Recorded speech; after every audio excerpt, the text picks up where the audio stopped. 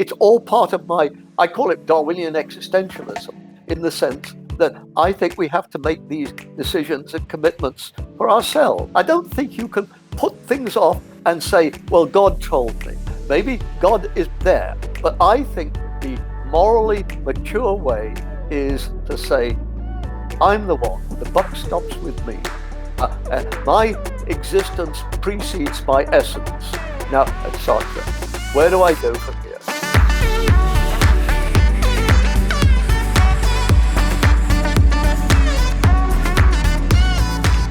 Welcome, everyone, to today's AMA, where we're very pleased to welcome Professor Michael Ruse. He is LUSALT Workmeister Professor of Philosophy and Director of Program in the History of Philosophy of Science at Florida State University.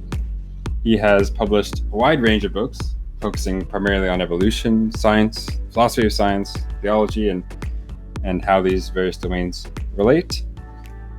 These books include, but of course are not limited to, The Evolution Wars, A Guide to the Controversies, Atheism, What Everyone Needs to Know, Taking Darwinism Seriously, A Naturalistic Approach to Philosophy, and he has a wide variety of published articles as well. Feel free to add anything, but with that, welcome Professor Michael Ruse. Thank you. I should explain, I did retire last summer. I turned 80, but I'm still around writing away, so that's who I am. I'm a professor of philosophy retired, okay? Fair enough, yeah. I think the Professor of Philosophy Emeritus, perhaps. Yeah, well, I'm emeritus for a university in Canada, but anyhow, let's leave all of that out and let's talk to me, okay? Awesome. So, I think as a sort of first question, I'll start with a remark. When I think about the progress of the science of evolution, as well as of the public communication of science more generally, it seems that we haven't seen the response of public opinion, at least in the United States and some other countries as well, that we might have hoped for. Creationist beliefs, negative views of the science remain quite prevalent in spite of those initial facts that I mentioned. What do you think is to explains this fact, and what can be or should be done about it? Well, my own personal feeling is that it really isn't a scientific issue. I mean, this is much more, I would say, a social, almost a political issue. As certainly in America, we have this, what shall I call it, anti-science strain in our thinking. By that I don't mean all of us. I mean just that there are many people who think this way. I mean, not necessarily, but often linked to evangelical Christianity.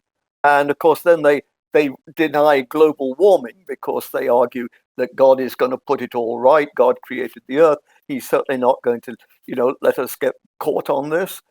They deny, as we're seeing, we're having a lot of trouble over the vaccination issue. They deny that this is natural, that sort of thing. And I think that evolution is caught up in this. And truly, okay, arguments are put forward, and I'm not saying they aren't. But honestly and truly, there comes a point where you say, well, the earth isn't flat. Sorry, the earth really isn't flat. I don't know what more I can say. And I feel a bit this way about it. Now, if I say I would link this, what shall I say? On January 6th, was it? A crowd of people went into the Capitol and bashed around and did a lot of damage. To say that they were just tourists, just isn't true.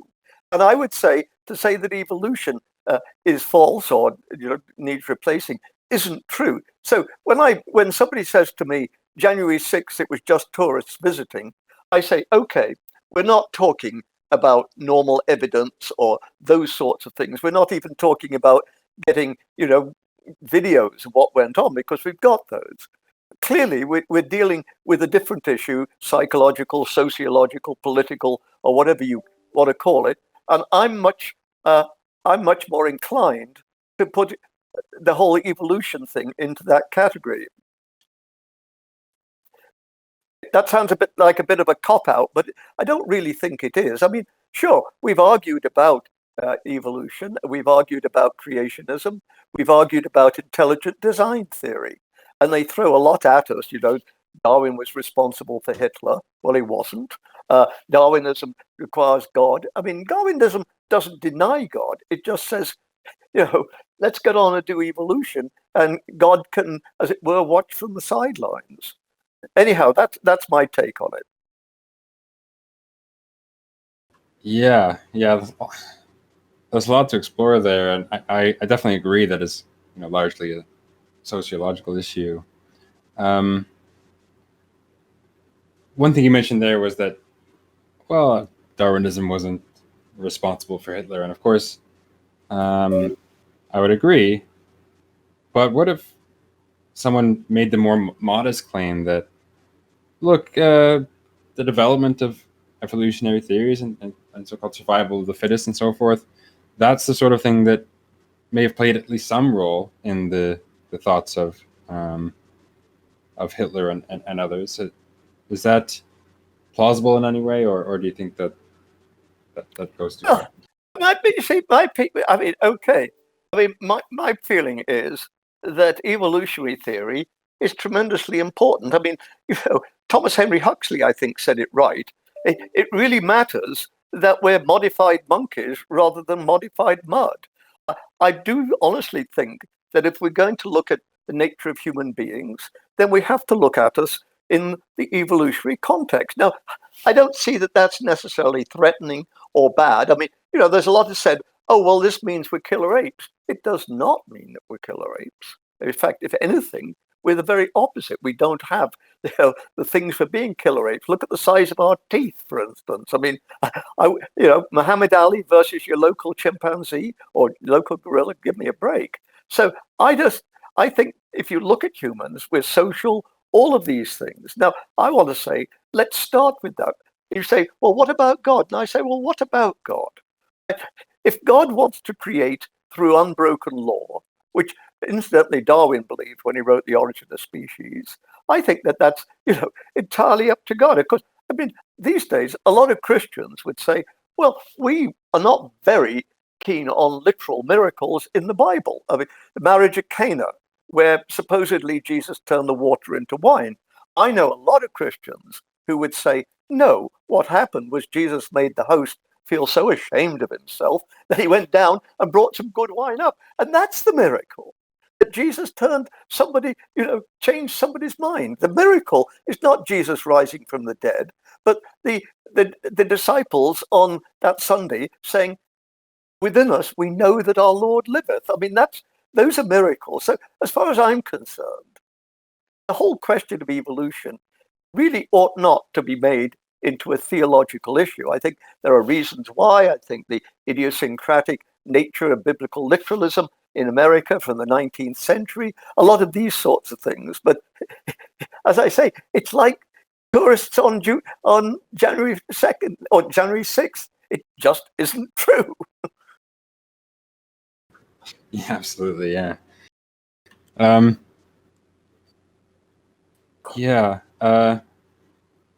There are, of course, a lot of intelligent religious people who affirm the science of evolution, and also that evolution is guided by God in some way. And this is sort of the question that Charming Chalmers in the chat is asking.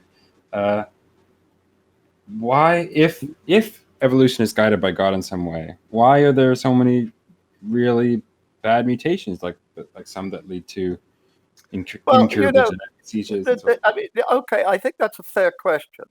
But let's face up to it. It's not just evolution. Why did Hitler and Heinrich Himmler exist?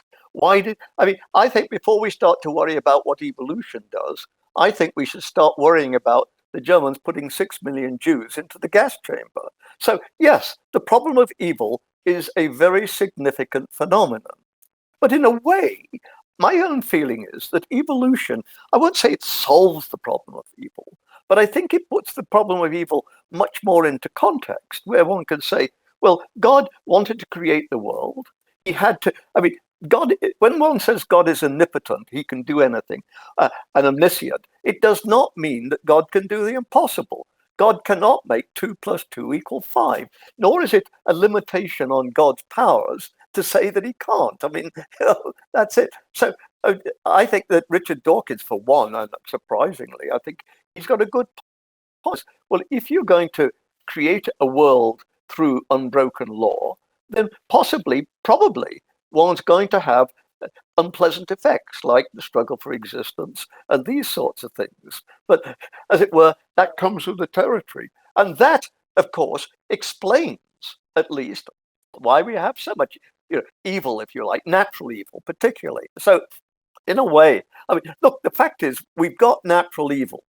And if you want to bring God into it, evolution is on the sidelines in a sense, because you've got to explain how God let Anne Frank die in Bergen-Belsen. And of course, I'm not saying you can't give answers, but I don't see that evolution is, as it were, part of the problem. If anything, I think evolution's part of the solution. So that's where I'm at. Now, I mean, I'm not a believer. And so I do think the problem of evil is a major thing. But if I were, and I used to be, I would just simply say, well, the world is not any queerer than I think it is. It's queerer than I could think it is. And so in the fullness of time, now I see through a glass darkly.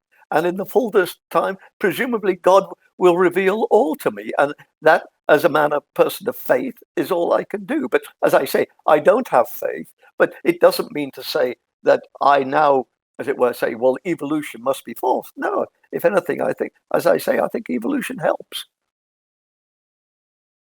Yeah, I mean, I agree that this sort of is a particular case of a more general problem of evil, but in a way that the problem seems more serious if we think that God is really directing how how evolution occurs, and it's perfectly within his power to direct it in a way that makes less likely or even doesn't include some really ghastly genetic conditions. And yeah, okay, a sort of a problem of evil. Maybe there's something that this helps helps with in other respects, but it still seems, if I were a believer, I think this would be something that would seriously worry me. Well, all I could say is, if you're a believer, then I think you've got issues to deal with in the first place. I mean, don't misunderstand me. I don't take what I'm talking about at the moment, to be an anti-God argument. As far as I'm concerned, I mean, personally, I'm with people like Kierkegaard. I think if you're going to be a Christian or whatever, it's going to be faith. I don't think that you're going to prove the existence of God. I mean, John Henry Newman said, I believe in design because I believe in God. I do not believe in God because I believe in design. And I think that's the right one. So if I were a Christian, I would have no problem at all with these. As I say, I'm not. But as far as I'm concerned, God, doesn't come into this argument. You might want to use it later, but the simple fact of the matter is, I think evolution works. And as I've tried to explain to you, I think, if anything, if you are a believer and you insist on looking for meaning or something like that, as if anything, I think natural selection helps. Fair enough. And you mentioned that you were at one point a believer, and in fact, as user Dan points out, you were raised a Quaker, and you've often spoken fondly of how that tradition influenced you. However, some high-profile atheists today might suggest that religious upbringings of any sort is a sort of child abuse. Do you agree with that? Or? No, I don't agree with that. I mean, look, of course, if you bring somebody up, if you bring somebody up in the Hitler Youth, or the Bund Deutsche Mädel, the one for girls, and teach them not only is Germany the greatest, but that Hitler is the Führer of all time, and that Jews are evil, then I think that is child abuse. If somebody is bringing children up to believe that sort of thing, then I want to say yes, that is child abuse. And I don't want to deny there may well be people in America who have various, what I would say, distorted Christian views, which lead them to, lead them to teach children things that they shouldn't. I mean, frankly, I think the whole question of the Second Amendment gets pretty bloody close to that. I cannot believe that anybody could think that Jesus Christ would think it's a good thing to bring guns onto campus. I mean, as far as I'm concerned, that's flat earthism. So, as I say, I can see certain beliefs. I would get close to calling them child abuse. But to say Christianity as such, or bringing somebody up as such as a Christian, is child abuse, I think it's the kind of thing that Donald Trump says, and I don't approve of those. I mean, it's just off the chart. I mean, it's just silly. Now, of course, I mean, I can see lots of issues with Catholicism, but I don't want to say that somebody, bringing somebody up a Roman Catholic is child abuse. I've got many friends, who I would consider people of the greatest moral and intellectual integrity. We disagree, but that's the way the world is. Yeah, I think I certainly agree. I think to call it child abuse in every case is just too strong of a claim. But more on your past as a Quaker, I guess first, what was it like coming out of that religion, and how and to what extent do you think it's influenced the later development of your views? Well, I think it would be very surprising if it didn't. I mean, apart from anything else, if you're a young Quaker, we used to call ourselves junior young friends, because Quakers, religious society of friends. And obviously, when I was a child, a lot of the time we spent arguing about things. I mean, for instance, Quakers are pacifists. I grew up just after the Second World War. Most people considered the Second World War to be a good war, in the sense that Hitler had to be stopped, and he was stopped. And that was a good thing. I mean, I think a lot of people are much more ambiguous about the First World War, but I think by and large, people about the Second World War say, yes, it had to be fought. So it's not that easy to say, but I think we should have been pacifists in 1939. So one of the things we young Quakers did was spend an awful lot of time arguing about these things. We weren't told what we had to believe. I mean, of course, we had older people helping us to think about these. So I've often thought that becoming a philosopher is almost, it's a continuation of the way that I was brought up. So in a way, it's less the beliefs, although I don't want to deny that there are beliefs, it's less the beliefs that count in my training, and more the way that I was taught to approach the really important problems. And I'd like to think that I've kept going with that ever since, that I think there are important problems and things that we do want to do. But I think that what you do here is you use philosophy, you argue about these things and see if you come to a resolution. So I very much agree that in that respect. Other things, yes, I'd be prepared to say, for instance, Quakers are very big on the inner light, or that of God in every person. I won't say I've always treated every one of my students as having the inner light, but I'd like to think over my 55 years of teaching that this was indeed a big influence on me. That I recognize my students as human beings. They may be much younger than I know a lot more than they do, but that's a different matter. That I've got to respect them as people. I expect them to respect me as people. And it's easy to like the nice students. It's the pains in the butt that are difficult. But what do they say? That the sale starts when the customer says no. Well, teaching starts when you've got a difficult student, and that's but that's the difficulty. But also that's the joy of it. Did you have a lot of difficult students in your teaching career? A lot of difficult things. No, I mean, I don't think I had more difficult students than anybody had.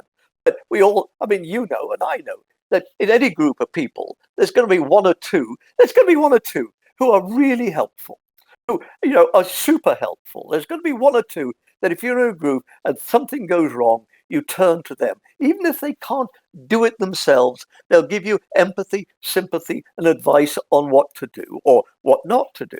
So, but at the same time, we all know that in any group of people, you're probably going to have one or two. They're the last ones I would rely on. They're so concerned about self. So what I'm saying is, of course, you're going to have difficulty. Most of your students aren't. Most of your students want to be there. And of course, the great thing about being a university teacher is you're dealing with young people who are naive, young, eager, all of these sorts of things. I mean, to be honest, I have nothing but admiration, let's say, for somebody who's a children's oncologist. But, dealing day in and day out with children with cancer and their parents must be tremendously stressful. I mean, I don't mean it's not a rewarding job or anything like that. And face up to it. Being a university prof is not stressful like that. It's fun. If it weren't, I wouldn't have done it. And not for so long, I suppose. Yeah, so yes. You definitely found it quite rewarding then, I take it. Yes, of course. User Than was also wondering that, well, many theologians mention you as one of their favorite atheistic philosophers. Do you have any favorites on the Christian or well, this is the thing. I'm one of those people who I don't think yeah, there are some people I don't much like. I didn't much care for my late headmaster, for damn sure. But by and large, I'm one of those people who gets on with others, and I like to be friends. And interestingly, when I was, more involved with the creationists, people like Henry Morris and Dwayne T. Gish and others like that, I got on well with them. In fact, Dwayne T. Gish and I would say we were really quite good chums. Also, Philip Johnson, the founder, the head of intelligent design theory. I felt that we had at a certain level, we were concerned about being here on Earth. We wanted to make use of something. So at one level, I knew what they were doing. I respected them as human beings. I thought they were, wrong, but then they thought I was wrong. So that's the way. And of course, I didn't see, let's say, somebody who's an intelligent design person going to put 6 million Jews into gas ovens. I mean, that to me truly is evil, and I can see why. Going back to what we were talking about, I think anybody who brings children up to believe that sort of thing is evil. I think it's an evil practice, but I honestly don't see much of this as evil in that kind of way. So, yes, there are some things. I mean, certainly, if people start to hold forth against homosexuality and follow it through with persecution of homosexuals, then I think you're getting pretty damn close to evil. But I think in this day and age, to persecute homosexuals, given what we know, given what we should know, I would say is very wrong. And if anybody's doing that with their children, I think they're doing something very wrong. But as I say, there's what should I say, gradients, that sort of thing. And so we try to work with these things. Yeah, absolutely. I mean, it's great to not let sort of disagreements, especially, even fundamental sort of disagreements in worldview, get in the way of friendships, of relationships that you have with people, because those can. That's true. Yeah. And if anything, those sorts of relationships can lead to some interesting conversations and developments. You're absolutely right. Absolutely right. So I wanted to move on to a question I had. I believe you've written about on Plantinga's evolutionary argument against naturalism, and the basic idea being that the likelihood that we'd have reliable cognitive faculties given both evolution and naturalism is either quite low or just inscrutable. And therefore, if we were to accept that hypothesis that both evolution and naturalism were true, we should think that our cognitive faculties are just either unreliable or the likelihood that they're... No, can I say something about this? First of all, it's not Plantinga's argument. you probably heard of Balfour, the Balfour Declaration of 1917, where the British government said there should be a Jewish homeland. Well, Balfour actually was not only prime minister earlier, he was also a philosopher. And he made Plantinga's argument quite clearly at the end of the 19th century. He said, the thing about evolution is you have to recognize that there are no absolutes. And so at some level, what you're claiming, it might not be absolutely true or something like that. I don't think I certainly would not want to deny this. On the other hand, I, like a lot of people, am not a correspondence theorist. In other words, I don't know is there an objective world out there, the tree that falls and makes a sound in the forest when it falls when we're not around. I just don't think those are very helpful questions. I think everything that we do is interpreted. And so consequently, I'm much more of a coherence theorist about truth. And of course, whenever you've got a philosophical problem, what you do is you ask yourself, what's the alternative that I'm rejecting? And of course, somebody like Plantinga is going to make appeals to what Jean Calvin called, what is it, sensus divinatus, that, we've got a kind of scoping, as it were, ability to speak to God. Well, I don't think people do have, because the simple fact of it is, there's a lot of people on this earth who are thinking that they're speaking to God and get very, very different, responses. I mean, Muslims, Christians, Jews. So I distrust speaking to God like that. I say, what we've got to do is do it ourselves.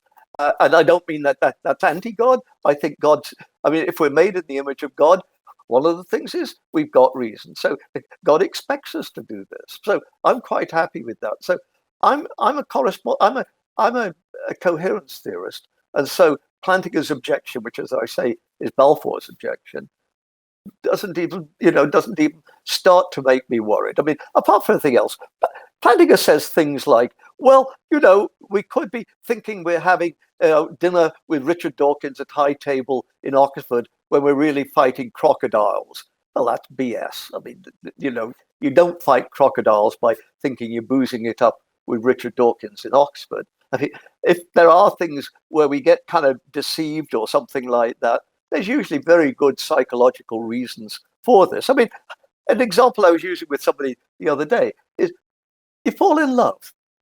Oh my God, the object of your love is perfect. They're the most wonderful people, blah, blah, blah, blah, blah. Well, we all know that at a certain level, this just, this isn't true, even of the nicest people. But I could see good biological reasons why, as it were, the initial attraction has to be pretty damn powerful. You're never going to get anywhere if everybody you meet, you treat them rather like it's a philosophical discussion. And so, falling in love, I think, is often involves self-deception. But I think biology can explain it. Why? It doesn't mean to say that I think all emotions are therefore self-deceived or anything like that. I mean, I can make judgments about people.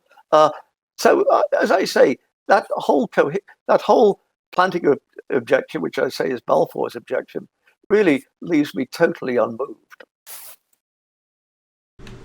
Yeah, it does seem that the argument does rest on at least something like a correspondence, or that the judgments you can make can be more or less reliable in virtue of features of the world. But I mean, that's not going to be a very popular approach to say that you're just coherent just about truth. Well, I with all due respect, I'm not sure that popularity is the main criterion. I mean, let's face up to it. The Copernican theory was not exactly popular when Galileo was pushing it, but it doesn't mean to say that Galileo was wrong.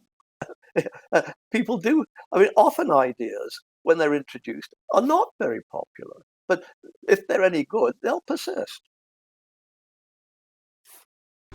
Fair enough. And I guess just more generally about epistemology, what more can we learn from sort of our evolutionary history and our biology when theorizing about epistemology and knowledge and so forth?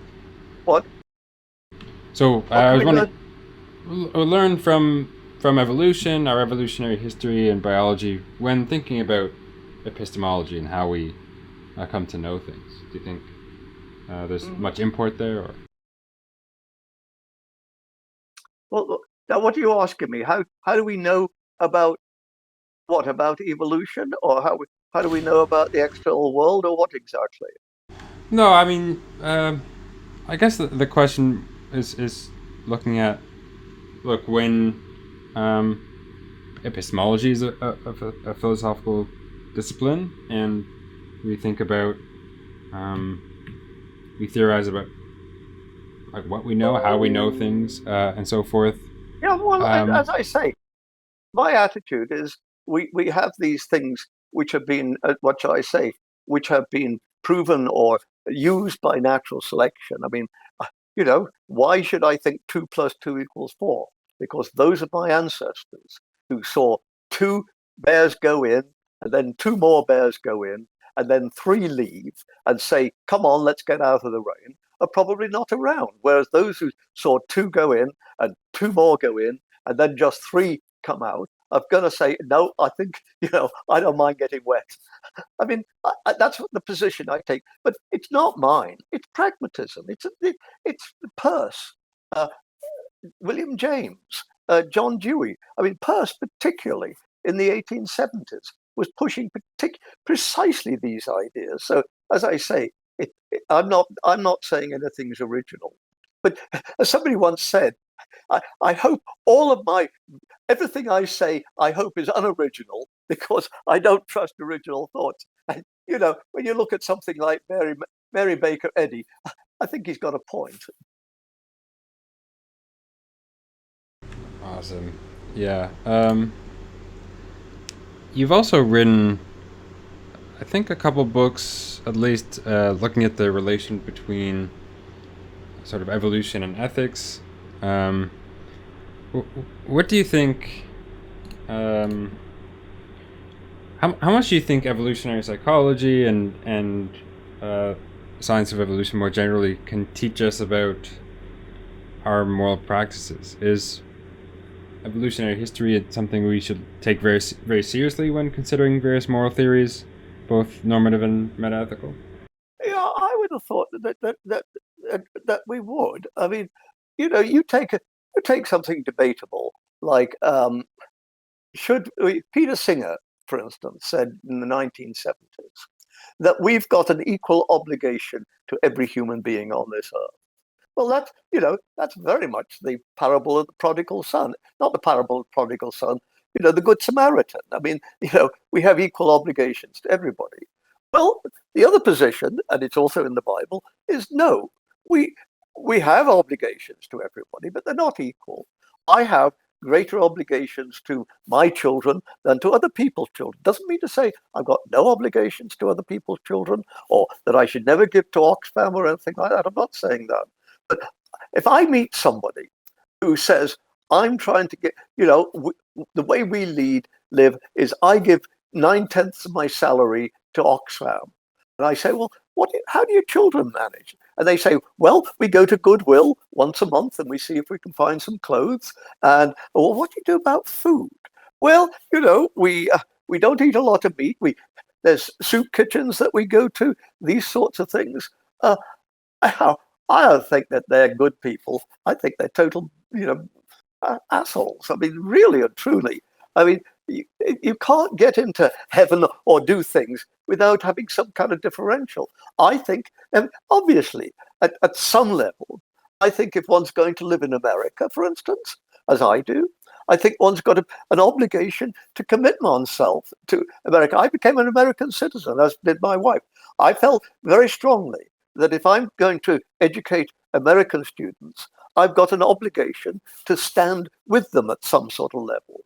I did not feel an obligation to, let's say, to take out Japanese citizenship. I mean, even if I could, I didn't. So I'm inclined to think we do have a differential obligation. As I say, I don't think it means we have no obligation to other people. Of course we do. But I think it's differential. And I would say evolution really backs that up. Damn, if you don't look after your own kids, you're not going to have grandchildren. And that's the way evolution works. So, as I say, but I don't see, I don't see tension in this at all. I think the way we are is the way we've been formed by evolution, and that's the natural thing. I mean, if we put it this way, if we had three sexes, and the only way you could reproduce is by somehow, interfertilizing each other, then I think not only would polygamy be a good idea, it would be morally morally obligatory.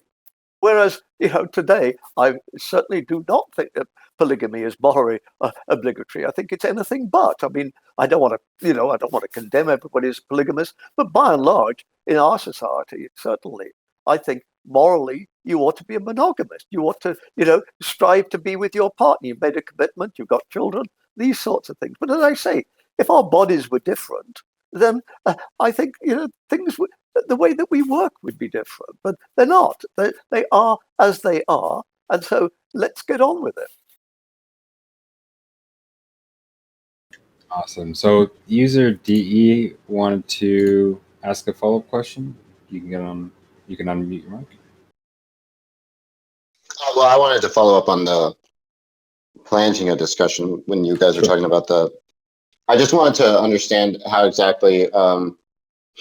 Is the idea that the reason Plantinga's argument assumes correspondence theory is that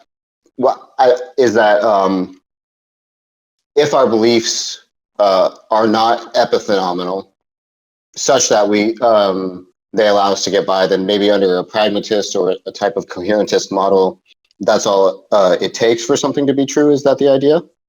Well, all it takes is not a phrase that I would slip in there, because I think that, as we say, that's emotive reasoning that we philosophers spot. So I think it's what it takes. But as I say, what I'm trying to say is I think philosophical positions are never taken in isolation.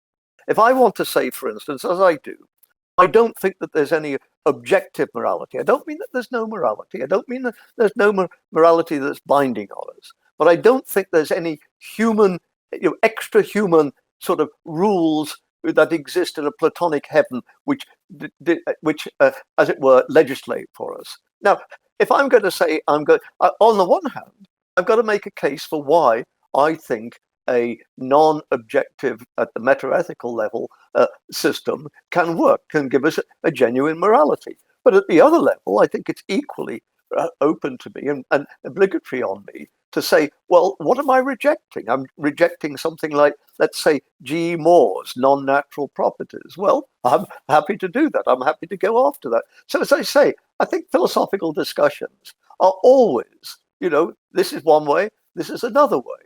And we try to come to some sort of agreement. And let's be honest about it. Philosophical discussions are rarely, if ever, closed. I mean, we're having the same discussions that we had when Plato was around. Doesn't mean to say they're useless. Doesn't mean to say we don't make any advances, because we do. But as I say, that's the nature of philosophy.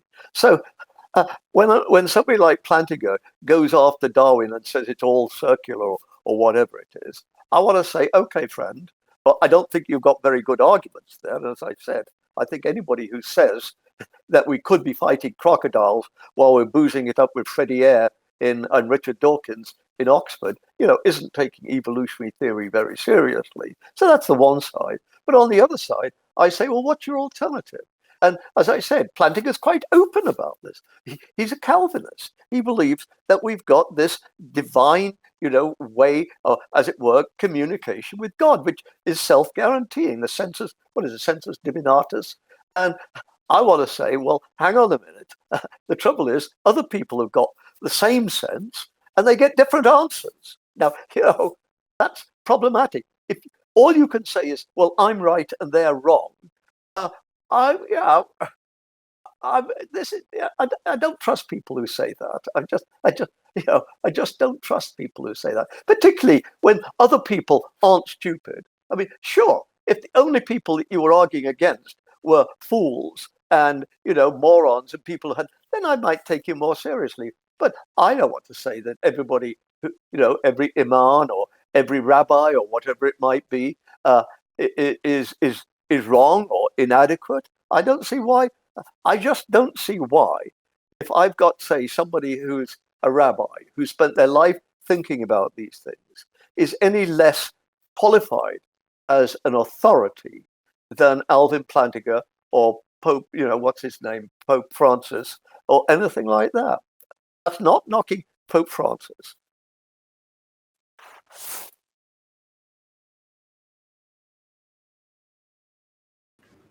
All right. Another. So I was wondering also if you're familiar with Jerry Fodor's argument against natural selection, or his criticism of it, at least. I could give a brief description of that, or are you? No, I know that. I just brought out a book. It's coming out tomorrow. What is it called? A Philosopher Looks at Human Beings. I just got my copies today. And in fact, I discussed Jerry Fodor there, or at least I give him the back of my hand. I mean, what can I say there? Jerry Fodor says Darwinian natural selection is wrong. We've got to go with some kind of evo-devo embryological view. Well, first of all, I take Jerry Fodor, like I take Alvin Plantinga, a lot more seriously. If they gave me any sense that they've sat down and made a serious study of what professional evolutionists are doing, if they could show me that what, let's say, somebody like Theodosius Dushansky was claiming about fruit flies, or what somebody like my colleague, some of my colleagues, Joe Travers here on the FSU campus, who studies guppies and that sort of thing in the West Indies. And, he works on what kinds of differences do you see if the guppies have different predators. He looks at different streams where there are different predators. Some predators eat the guppies young, others predators eat the guppies old. And what Joe's doing is saying, how do they react with respect to selection? How do they maximize their success rate given the kind of predators they've got? And he comes up with answers. Now, that's using Darwinian theory, natural selection, and those sorts of things. If somebody like Jerry Fodor or Alvin Plantinga or John Dupre, for another, who's part of this gang, gave me evidence that they'd sat down and looked at this work and taken it seriously and taken it to bits and then said, no, it's not right, it's not working, or it's not relevant, or something like that, then I think we're grown-ups discussing, but of course they're not. They've got a particular view. They don't like Darwinism because it says that everything at some level is random. I mean, you've got to be careful about what you mean, but it's undirected, that there's no, as it were, direction. So, for instance, humans, we are here, but there was no guarantee that we would be here. And I think that a lot of these people are, secular religionists. They believe that humans are in fact superior, and we didn't come by chance. As I say, this book I just got the copies today. It's published tomorrow.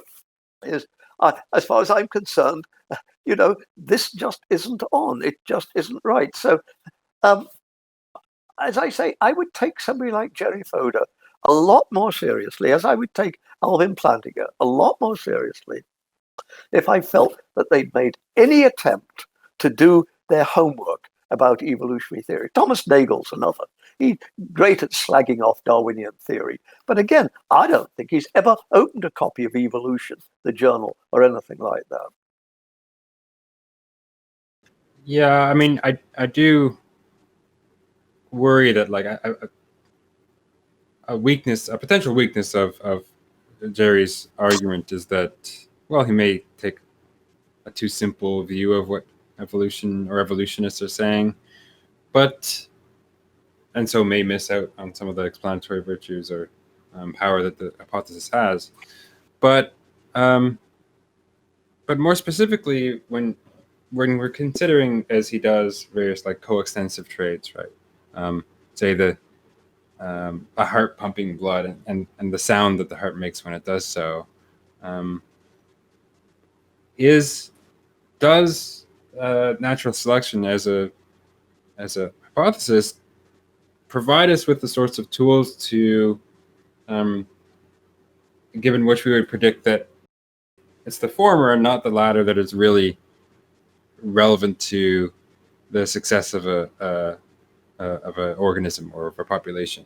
That it's organisms which have that. I mean, the trouble is, you pick out something like heart sounds. Now, I don't know. I mean, Darwinism doesn't say everything has an adaptive advantage. I mean, Darwin says this in The Origin when he introduces natural selection. He says, and some things will just vary because they don't come under the influence of natural selection. So nobody's saying that. On the other hand, if you're going to look at something like humans, on the one hand, I think you're going to say, well, why do we have these things? Why do they work? And if they don't, if they seem to have no point and they're very expensive, then that's a worry about Darwinism. On the other hand, and George Williams made this point, if you look at human beings, often let's say a designer would say, well, I wouldn't have done it that way. I could think of a lot better way of doing that. And I think one of the things which is often pointed out is the human urogenital system, that certainly in humans, we've got all these tubes winding their way around and that sort of thing. Well, it'd be a hell of a lot simpler if they went from A to B without going through D, C, E, and F. So, that, but of course you expect that from natural selection because natural selection works with what you've got. And so clearly sometimes you're going to get not the ideal solution. What you're going to get is the solution which is better than anybody else. I mean, when a tiger's running after you in the jungle, then being the fastest person ever is not what counts. What counts is being faster than the chap next to you. I mean, so if the chap next to you can only do 8 miles an hour and you can do 10, that's okay. On the other hand, chap next to you can do 15, your 10 isn't going to get very far. So it's all, as I say, a question of putting things together in that way. And I think that everything we've got about natural selection points to that. I mean, that isn't to say we've solved every problem that there is. Of course, nobody thinks that.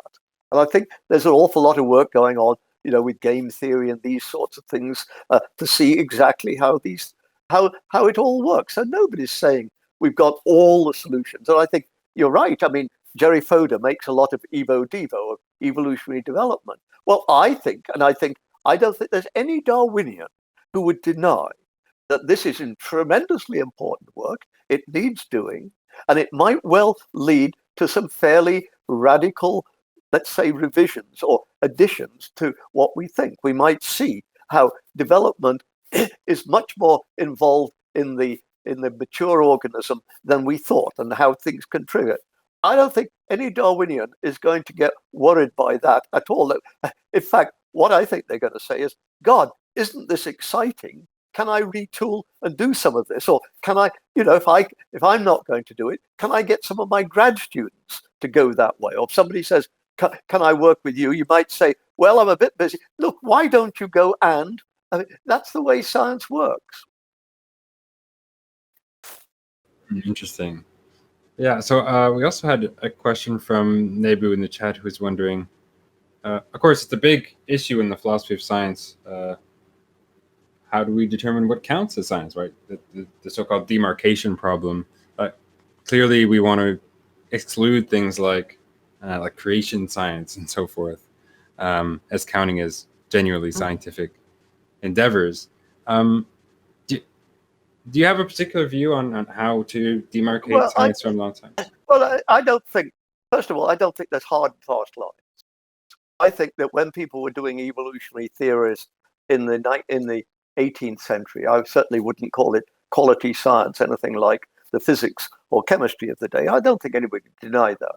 Whereas I say today that Darwinian theory of natural selection is very firmly science. It ought to be in the science faculty rather than in social science or, God forbid, in humanities. So as far as I'm concerned,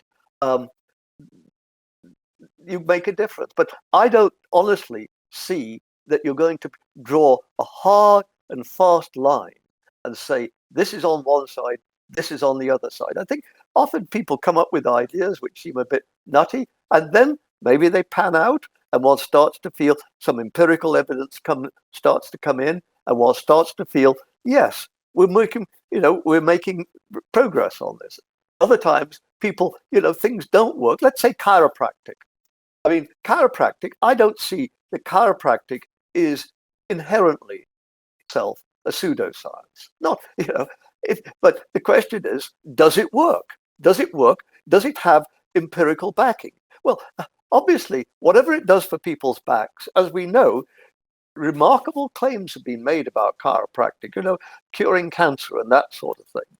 And there, I think, most of us would say that clearly, verges over into the realm of, not verges over, it plunges right into the realm of the pseudoscience. So, as I say, I'm inclined to think that these things are a spectrum. I mean, chiropractic is not something I've ever made a big study of, but if I had, I might want to say, I suspect that I just don't think there's anything to it at all. But I don't want to say that, because I think often psychological things can be very important. I don't want to say that everybody who's been to a chiropractor has been fiddled or diddled rather, and has paid money under false pretenses, because I think often probably they do massage and these things a lot for back, but whether or not it's a proper science, I think is another question. Yeah, I mean, I certainly agree that this sort of boundary between the science and non-science, there is a boundary, is going to be. You look at Freud. I think a lot of what Freud said today, we would be inclined to say, just isn't right. And if somebody holds to that to this day, then they're pretty much pseudoscientists. On the other hand, do we want to say, oh, well, therefore, everything Freud did from 1890 on was just pseudoscience, so don't look at it? And of course, the answer is that's just not true. I mean, I was just reading, what Freud wrote to a woman in America, a letter to an American mother in 1930. And he said, you tell me, or you hint at your son is gay. Let me tell you, I don't think it's an illness. I don't think that we can cure it in the sense that we can change people. I think what we can do is help people to live happily with the situation they're in, but not to look down on themselves. Now, I want to say, whether or not, all the stuff Freud's talking about, egos and superegos and Oedipus complexes, if you want to say, well, we don't really think any of this holds water, I agree. I'm happy to say that. On the other hand, if somebody like Freud can come out and say that, I want to say, I'm not just going to say that this is, pseudoscience, the sort of stuff that people, use, the Rudolf Steiner types, when they start to get against vaccination. That to me is pseudoscience, that children must go through these childhood things, otherwise they won't develop spiritually. Well, I don't think getting measles or getting mumps is going to be part of anybody's spiritual growth. Not to take vaccinations against polio, that is child abuse. So, as I say, don't misunderstand me, I'm more than happy to label things pseudoscience. But as I say, I think often the distinction between science and pseudoscience is blurred. What you might want to say was pseudoscience at one time. Now we've got a lot more evidence. We've developed the theories. We've started to say, well, maybe we could call it science or not. Other times we're going to say, honestly, people just keep offering explanation after explanation for this. I'm not sure at all that this is genuine at all. This is pseudoscience. All right. So if I'm understanding correctly, the sort of guides we have for determining whether something is science or pseudoscience is, well, what sort of empirical backing it has, whether it works, whether it fits with a lot of the things that seem to be true of the world. Is that sort of the general guidelines you would say? Well, I think, obviously, pragmatism is going to be part of it. I mean, let's face up to it. If nothing in chemistry ever worked, then I'm not sure that many of us would give, NSF grants to chemistry. I mean, I don't mean that all the work that's done on chemistry is done with an eye to, what shall I say, commercial ends. In fact, as we know, and as I pointed out, a lot of the very good science is done precisely without that sort of thing in mind. I mean, mathematics is a classic. And a lot of pure mathematics is done because it's interesting. And then, oh my goodness me, turns out we've got a whole field where there's problems, and somebody says, this looks like X, Y, and Z. Let's look, and the math works. But as I say, you don't do the math because of that. But on the other hand, if nothing in chemistry, all the theories, never ever led to anything which was of any proper value, I'd start to say, well, I wonder about this. Is this real science, or is it? I was about to say, is it philosophy? But that's not quite what I mean. But you know what I mean. As I say, so I'm a pragmatist, but I don't think it means that unless you get an immediate payoff for everything you do, then you shouldn't do it. That's just nonsense. Right, absolutely. And so on the notion of pseudoscience, of course, you've been looked at as about as closely as anyone else on the debates between creation and evolution. What do you think, if anything, were some of the points or arguments that might have been made by those on the other side that are the most challenging to evolution? The things that might be concerned. Well, I don't know. I mean, there's certainly. I mean, obviously, some of the claims that somebody like Stephen Jay Gould made about punctuated equilibrium, the things jumping, it's not challenging evolution. I mean, that's the last thing that Gould wanted to do. On the other hand, I think Gould would say quite openly that although he's certainly not rejecting all of Darwinism, he certainly says there are phenomena which the paleontological record reveals that geneticists and others who work on short-term things don't see, couldn't see. And these are important phenomena, and they've got to be explained. And I don't think, that was Gould's position, I don't think natural selection can do it. Now, as I say, I think that these, if you like, I think that these are important critiques in the sense that they're sensible, they come from a reliable source. He's making some good points. Now let's go and have a look at it. And as I think most people today would say that what Gould said doesn't really pan out. That sure, we get different rates of evolutionary change, but there's nothing that natural selection can't handle. So as I say, I hope that we're continually going to get those sorts of critiques going on. I mean, you take homosexuality. I'm still not convinced. I mean, I think we know the physiological reasons, things, testosterone levels in the 3rd to 6th month of fetal development, things like that. But is homosexuality a function of birth order? Is it a function of kin selection? Is it a function of stress when the mother's pregnant? I mean, my feeling, and to be honest, I have not been following this in detail in recent years, but my feeling is that's still up for grabs. Others might say, no, we've solved that. Well, okay, I'm fine with that. But I can certainly see an issue like that being something where it is up for grabs. And so we might, want to go on discussing it. I was talking, of all things, I was talking to a fellow philosopher who's written a book on the female orgasm. Now, boy, if ever there are a number of different explanations of that one, and there are explanations which are Darwinian, and those are explanations which are not Darwinian, and those are explanations which say Darwinism can't be true.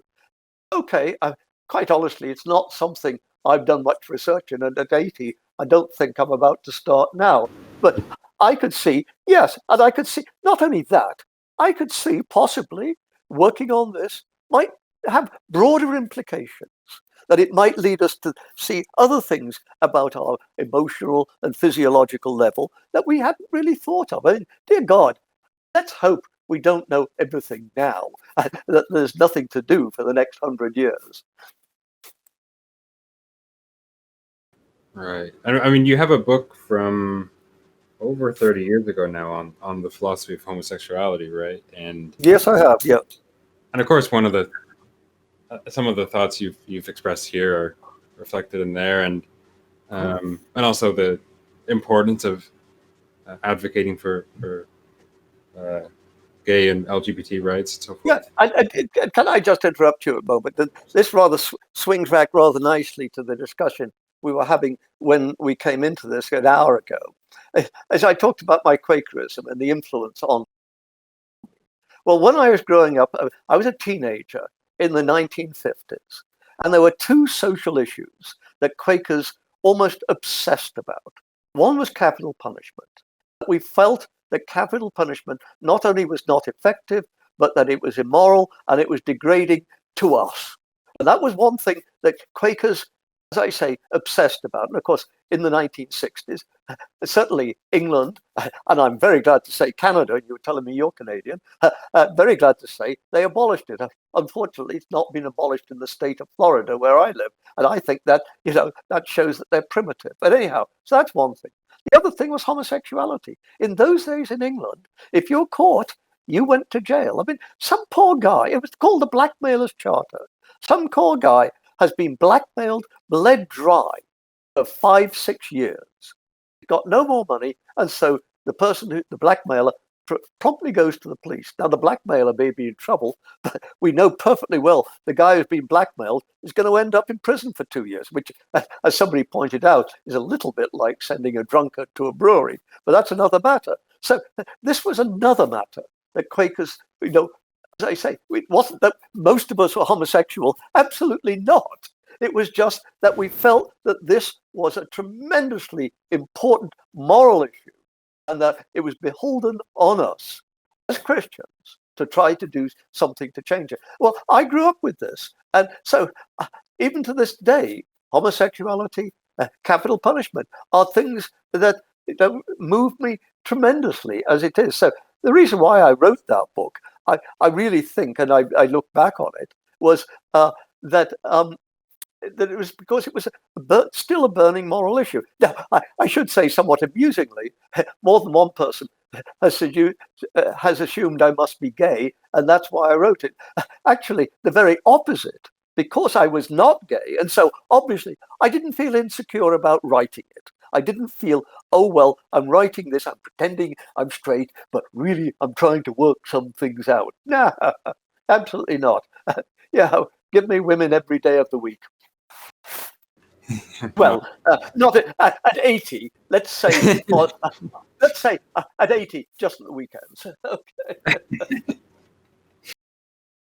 Oh, awesome. Yeah. On Quakers, I was wondering what you thought about veganism and vegetarianism. I take it that, it seems a sensible extension of the sort of commitments toward nonviolence and such that Quakers have, that we should also be non-violent towards non-human animals. Is this something that a lot of Quakers I confess I'm certainly not a vegan, and I can't imagine that I ever would be a vegan. As far as being a vegetarian, I certainly respect people who are vegetarians. I would agree that, and I would agree, for instance, an awful lot of the way that animals are raised is bad, and we should be doing things about that. And as I say, my obsession is or was with capital punishment and homosexuality. I'll let somebody else obsess about farm feeding and that sort of thing. I think it's a tremendously important moral issue, but there's only so many of these issues you can deal with in one lifetime. So I certainly think it's that. Do I eat less meat? Probably, but that's more a function of age, I think, than moral things. I don't personally see any real moral issues about raising pigs and then killing them. I mean, pigs are not worrying about the hereafter. I mean, why is capital punishment in one way so awful? I mean, particularly in America, you keep somebody alive for 30 years worrying about this and thinking about the end and what's going to happen before you execute. Boy, if that isn't cruel and unusual punishment, I bloody well don't know what is. So I'm not too worried about, as I say, killing animals for food.